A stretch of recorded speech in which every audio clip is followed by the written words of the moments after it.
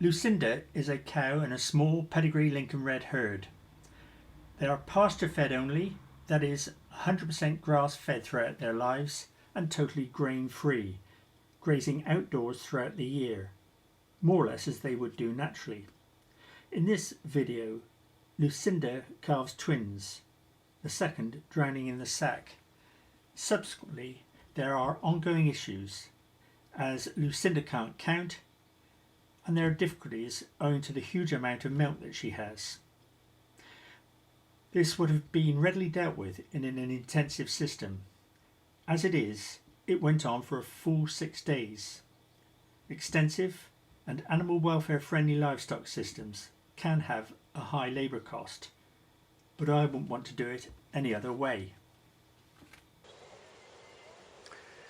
You can see a classic. She's walking around with her tail out, and she's just on her first contraction at the moment. You can see there's just a string out the back, and the hooves are just beginning to show.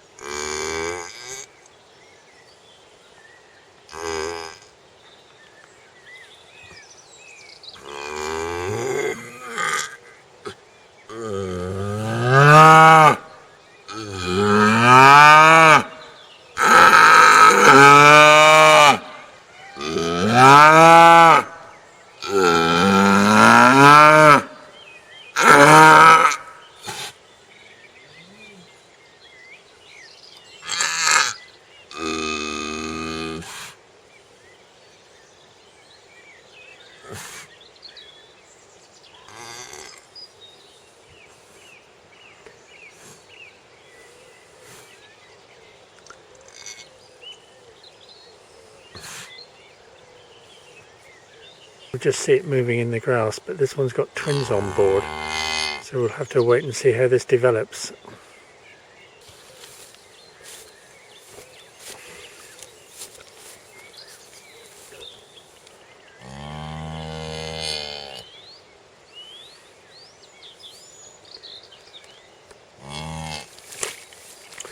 That's the first one out.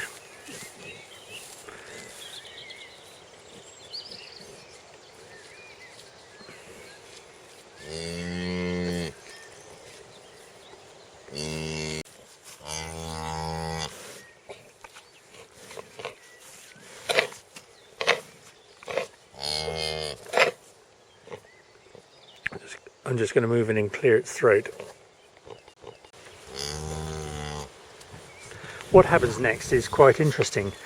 I was obviously stood here waiting for the second calf to appear, and as soon as I saw the first hoof, I hit the record button. But as this is a digital camera, it takes a full 2 seconds to engage and start recording, and this calf shot out in less time and hit the ground. It was a breech.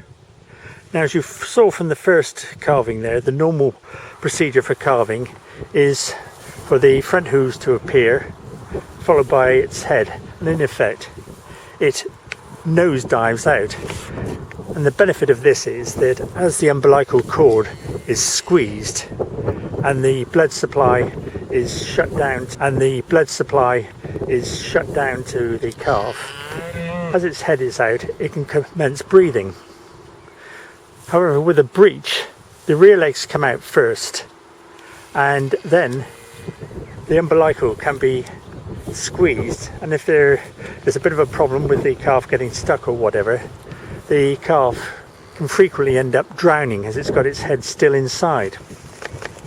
Well, this calf here was a breech, and it shot out completely in the sack, and when it hit the ground with its rear legs, it just punctured the back end of the sack. Now, as you've already seen, as soon as the cow calves, the cow turns round and immediately starts tearing the sack off and commences cleaning up the calf. Unfortunately, as this was twins, Luscinda here was preoccupied with the first calf and didn't turn round to address the second one. So the calf was still in the sack and commenced drowning.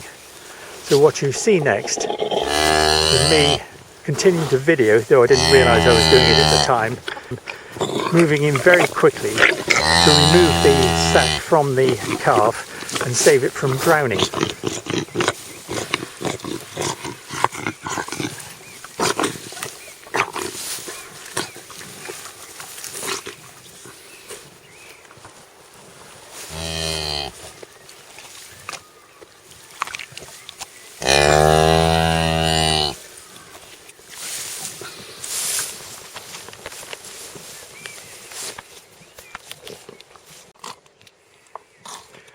Obviously a very busy time for Mum. She's got two to sort out. Total time there was 31 minutes.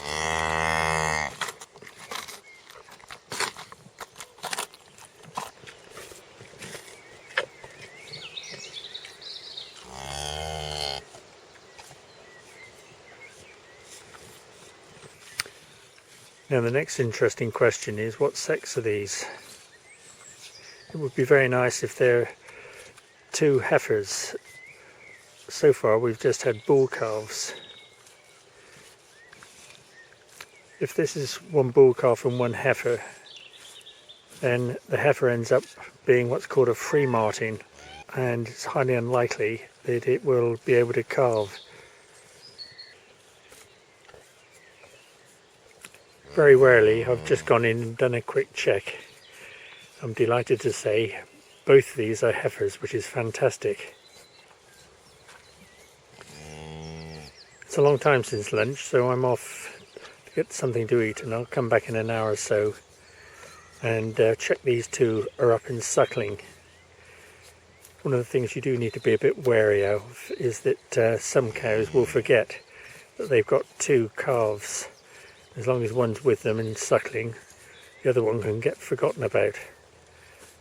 If that happens, you have to corral the three of them up until both calves have got enough strength to stick with the mother, and she's used to the idea she's got two, and then you can let them out again. Well, here we are some 7 hours later, still in the same spot where she calved. You can see that there doesn't appear to be much action on the suckling side. Both the noses of the calves are dry, and the teats on the cow are still very full. Good news is that she's cleansed herself and eaten most of it back up again, so she takes the nutrients back on board and minimises the losses. And there's a small amount of the placenta left just here, which no doubt the crows or maybe a fox will be in to clear up fairly shortly. The calf on the right here is shivering most of the time now, so it's obviously cold and it's just starting to rain. So I'm going to see if I can get them both up and make sure they get some milk on board and maintain their energy levels. Having got them up, the one was shivering is smaller than the other one. The larger was very keen to feed and had no problem getting her on. You can see the smaller one was very much more reluctant to get stuck in on the large teats, and she's consequently suckling off a very small teat at the back of the udder, the fifth one. How much milk she's getting out of that, I have no idea.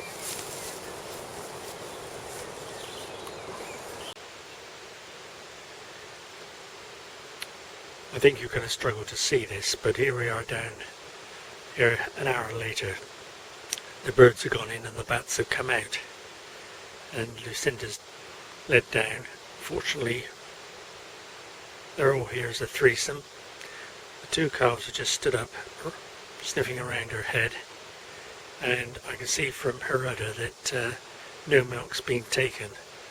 And it's very important that the calves get a fairly early pull on the milk there, because it's got the colostrum in it, which is a very rich milk mix which passes a considerable amount of immunity from the mother to the calf. Well, we've managed to fill them both up, but it's quite extraordinary. Neither of them have got the idea of getting down low enough to turn around and suckle the end of the teat. So we'll leave them for the night and get in first thing tomorrow morning and to see how they're doing then. It's coming around to 5 o'clock. Let's go and see what's been going on overnight. Here's the main herd of the Lincoln Reds. The rest of them are under the hedge, quite smartly staying dry given the rain. In the foreground you can see a couple of calves that were born 2-3 weeks ago, and the heifer Melanie was giving birth to one of those for the first time. Now normally all the cows will be in together in calving, and if you want to see what happens when that takes place, then tap in Juna calving on YouTube and it's all there. However, this year, as we've moved over to Worcester and we're a bit strapped for grazing and fields, we've got a system set up. So last year's calves ended up staying with the herd, and whilst the cows dried up prior to calving, when Luscinda backed up again, last year's calf moved back in again, started taking the milk. Now, in order to stop that taking place, because had it continued, that calf would have taken all the colostrum and also been stronger than the calves that had just been born. So Luscinda got moved into the adjacent field along with Gabby to keep her company. When the calves there are sufficiently strong, then we'll put them all back together again so we can minimise the grazing area and hopefully get hay off the field that the calving's just taken place in.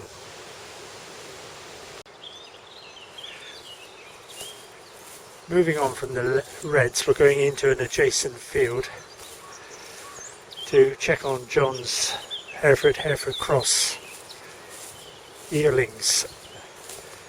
He's got 40 in an adjacent field. That's where Luscinda calved. There's no sign of her at the moment, so presumably she's gone under cover.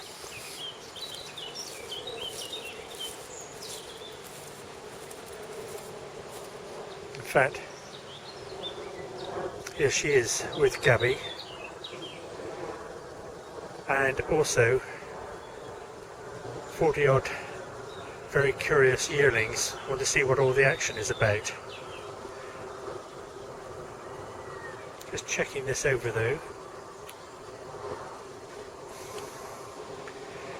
You see the placenta, or another placenta's come out. I guess that's associated with the second calf, but looking, I can only see one of the two calves here at the moment. Just moving it to check.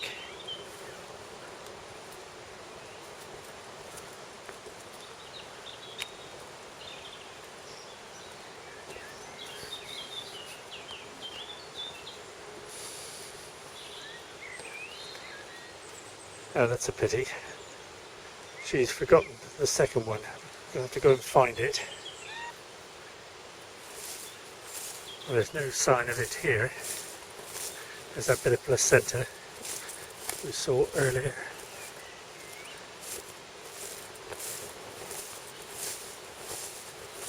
Oh, I'm literally 5 paces away from this thing.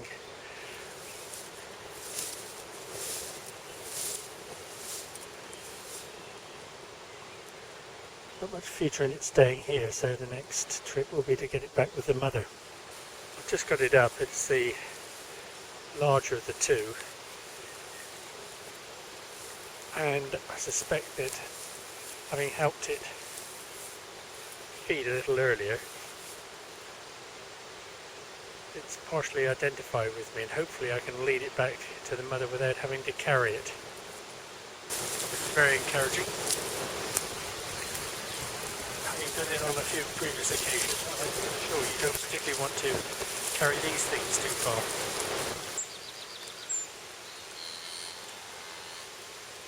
Here we are back with Mum again.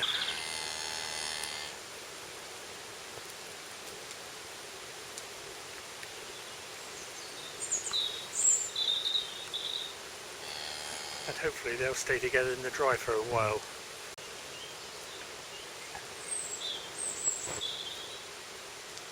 You see, Luscinda is now going to clean up that second placenta.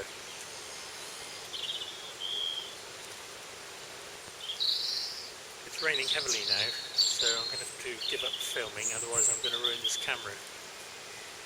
But also, I want to have another go at getting these two back on again, so they get the idea of what they're actually going for, those big teats, and hopefully also reduce the size of them so they can start to manage it more easily for themselves. Now that's the picture we should be seeing, but I had to plug them in.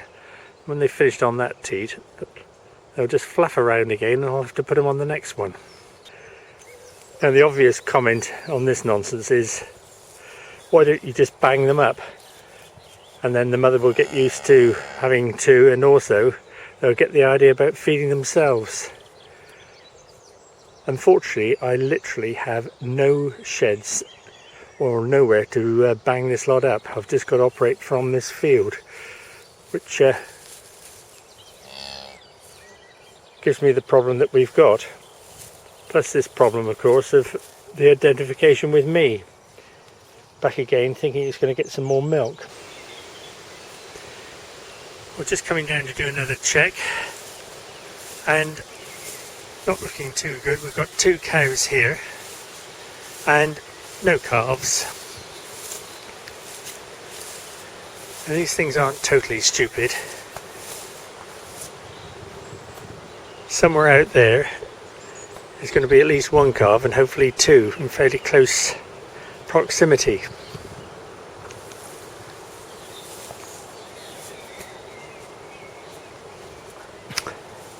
The trick in terms of finding them is just to take a look where Luscinda is looking, and we'll go and have a walk along that line and see what we can find.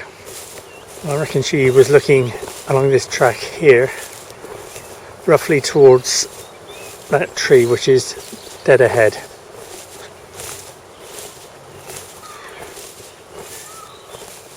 That wasn't a bad bit of alignment, was it? There's one. Question is, where's the other? If it's in the vicinity, she might have left it behind, of course.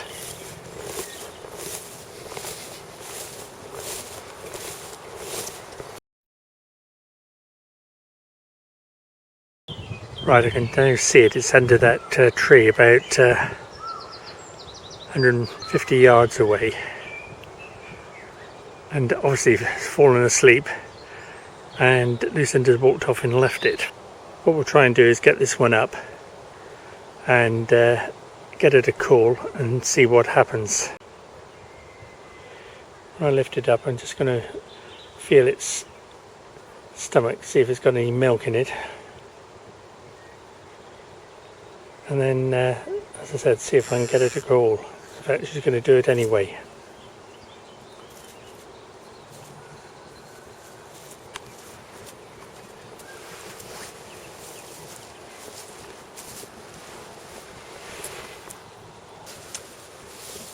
Oh dear, it's latching onto me again. and I wouldn't have described its stomach as being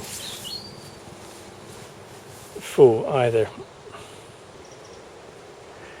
Lucinda's spotted the one that we've just got up, and she's obviously concerned. She can also see the other one.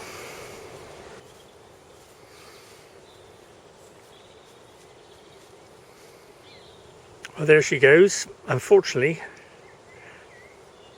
just taking the one that we've put her back together with and leaving the other one behind, and not even so much as a look back. Nope, looks as if it's going to opt for me rather than Mum. The calf has been following me, and I've walked off at right angles to the direction between me and Lucinda, and you can see that she's concerned and obviously calling this thing down here. At the moment seems to have a preference to me, not that I've got much milk on board. And junior number one is bringing up the rear. Filling up these calves was happening 3 or 4 times a day. On each occasion it was a case of find them, grab the first one, get your knee behind it, open its mouth with one hand, get the teat with the other, bend it, connect, and hope it doesn't fall off as you gently remove the knee. Round to the other side, get the second calf, and same again, and repeat as and when they fall off. In a wry moment, it gave me a flashback to air-to-air refueling. Same game, plug in, hope you don't fall off, move over, put the next one on. But of course, without all the noise.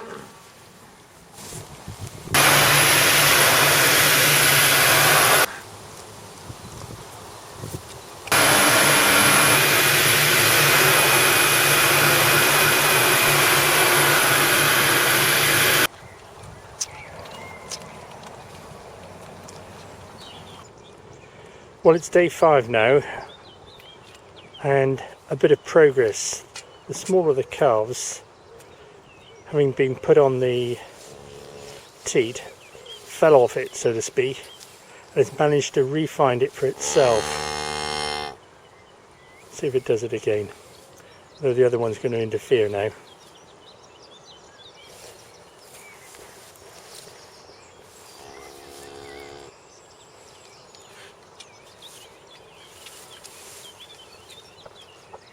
Yep. That one's cracked it. Let's hope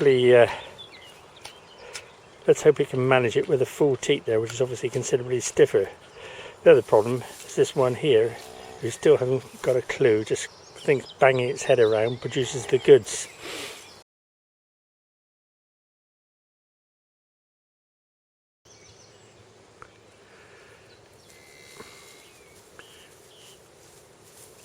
Oh, isn't this a pleasing sight after all that effort? Mum, fully operational with the 2 juniors all suckling. What do you think about it, Lucinda, eh?